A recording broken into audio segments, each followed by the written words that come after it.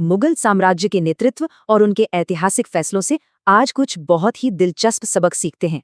चलिए शुरू करें। 7 शासकों के फैसलों ने कैसे इतने विशाल साम्राज्य को बनाया और फिर मिटा दिया। आइए गहराई से समझते हैं। स्थापना, मजबूती और फिर पतन। ये टाइमलाइन एक पूरे साम्राज्य का बेहद दिलचस्प जीवन चक्र दिखाती है।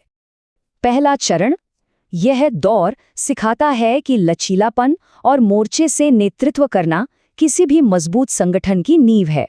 बाबर कई बार हारा पर डटा रहा। 1526 में पानीपत जीतने के लिए उसने खुद अगली कतार में लड़ाई लड़ी। यहाँ नेतृत्व का कमाल का सबक है। लीडर का प्रत्यक्ष साहस उसकी पूरी टीम में जबरदस्त जोश भर देता है। हुमायूं का सफर दिखाता है कि बड़ी हार के बावजूद सही रणनीतिक गठबंधन खोई हुई सत्ता वापस दिला सकते हैं। दूसरा चरण, ये दौर पूरी तरह से बुद्धि और निष्पक्ष न्याय के शानदार उपयोग पर टिका था। अकबर ने बीरबल से सीखा कि तलवार की ताकत से ज्यादा बुद्धि का रणनीतिक इस्तेमाल ही असली जीत दिलाता है। जहांगीर ने न्याय की जंजीर का इनोवेशन किया। इससे कोई भी इंसान सीधे शासक से बेझिझक न्याय मांग सकता था। गरीब, किसान और अमीर व्यापारी का विवाद खुद सुलझाकर जहांगीर ने आम जनता के दिलों में गहरा विश्वास पैदा किया। तीसरा चरण, जब नेतृत्व का तरीका बदलने लगता है तो सबसे मजबूत नींव में भी दरारें आ ही जाती हैं।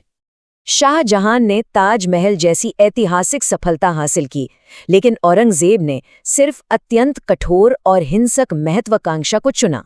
तुलना साफ है। समावेशी शासन साम्राज्य को बनाता है, जबकि अलगाव की राजनीति उसे अंदर से खोखला कर देती है। सत्ता के लिए औरंगजेब ने अपने पिता को कैद कर लिया, जिससे ये विशाल साम्राज्य धीरे धीरे टूटने लगा। चौथा चरण, यही आंतरिक कमजोरियां सीधे बहादुर शाह जफर और इस राजवंश के दुखद अंतिम अध्याय तक ले जाती हैं। 1857 की क्रांति का नेता बनने के बावजूद जफर के पास साम्राज्य को बिखरने से बचाने की ताकत नहीं थी।